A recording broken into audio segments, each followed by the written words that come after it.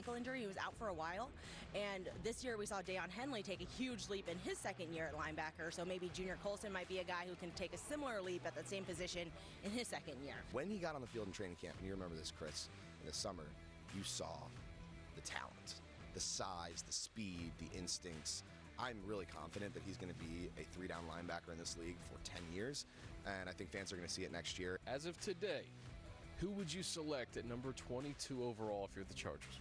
Tyler Warren, tight end out of Penn State, makes a ton of sense. I mean, 6'6", 255, kind of in that Gronk mold.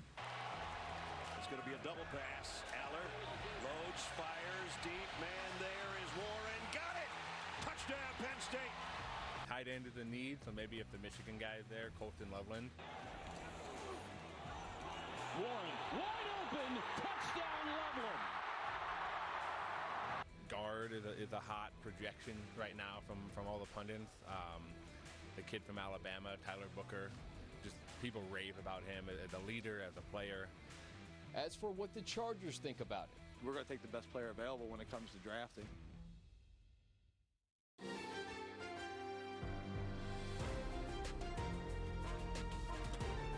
This is Kcal News Mornings.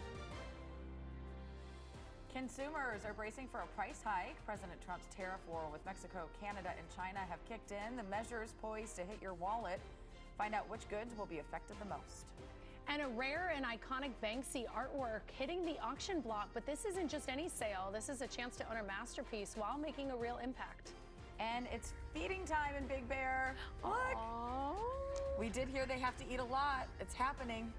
Shadow brought a big fish and Jackie began feeding her baby eagles. This is happening so fast. They're already growing up too quickly. Make it stop. They'll be out of the house before we know it. She's got to make a Costco run because they're going to be eating so much. The 2 eggs hatched overnight. As you see there, those cute little faces. 1 to go. Aww. Look at the little bubble. He's trying to like lift his head and can't quite do it. So cute. Come on, eat the fish, guys. You got to grow. Oh, look at that, looking at the camera. Well, we can look at this all Yeah, day. I know. I guess we got to We do have other news. Just kill weather. We'll show the Eagles for a while. Kill traffic, too. That's There good. you go. All right, well, we hope you're having a good morning watching Kcal News Mornings at 9. Today is Tuesday, March 4th. I'm Jamie Yukas. And I'm Christine Lazarian for Ruta Bay Shabazi. Thanks for joining us today. And Paul Diano and Kalina Ostrinas also here to bring you your next weather and traffic. And we are concerned about the weather because the Eagles have now hatched. So how cold is it going to be up in our mountains? It's not going to be crazy cold. It's not going to be like 10, 20 below zero. And I think Mom and Dad will help keep them warm, hopefully. But it is going to be snowy. It's going to be snowy up there for the next couple days. So we want perfect weather for the Eaglets. We want perfect weather for us. We're getting that today. Hollywood Hills, we are looking live at partly sunny skies, a little bit less cloud cover than 20 minutes ago, 54 degrees. Sunset's getting later, and by next week, because we spring forward this weekend, yeah, you're losing sleep, we're all losing sleep this weekend. Sunset's going to be after 7 o'clock next week. Today it's 5:53. Here's a look at the Antelope Valley looking north from Blue Ridge Mountain, where in the mountains it's 36 degrees. The Antelope Valley has lots of sunshine. Your next weather headlines: clouds this morning on the LA side of the mountains, but we will get lots of afternoon sunshine. Today's likely to be the mildest day of the week. Just getting back to average. It was really chilly yesterday. Rain returns tomorrow. Where is that rain right now? Moving into Mendocino County and Humboldt County in far northern California. A lot of real estate between there and here. So it'll be this time tomorrow or later before the rain arrives. Downtown Los Angeles, beautiful day today. Clouds are thinning out by lunchtime. 64 degrees, mostly sunny skies. 69 degrees coming up this afternoon. High temperatures today, 71 for our warmest valleys, 69 degrees for the Inland Empire. Morning clouds, afternoon sunshine for our beaches, 65. Rain moves out tomorrow. Rain moves in tomorrow, may not move out for 2 or 3 days after that. We'll talk about how much rain we're expecting coming up. Right now, your travel times with Kalina. Good morning. Hi, good morning. So I do have a signaler in Orange County. This is in Costa Mesa. And usually we have lots of traffic heading southbound on that 55, especially where that freeway ends. But this is an overturned car here, southbound 55 before 22nd Street. 2 right lanes were blocked off. The backup on the southbound 55 was already there. This is just continuing to build. So overall on that 55 freeway southbound, you're dealing with a pretty big stretch that's backed up. This is a Caltrans camera. I know we have the roadway kind of blocking it, but that's the fire department there, and you can see the lanes blocked off as well. So wanted to give you that visual.